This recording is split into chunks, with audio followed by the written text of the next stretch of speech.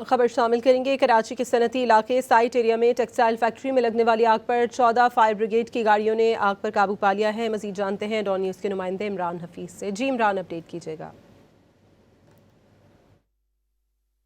जहाँ पर जो है वो आग जो है वो लगी थी, बताया गया है कि आग जो है वो एक मशीन के अंदर शॉर्ट सर्किट था लगा हुआ था।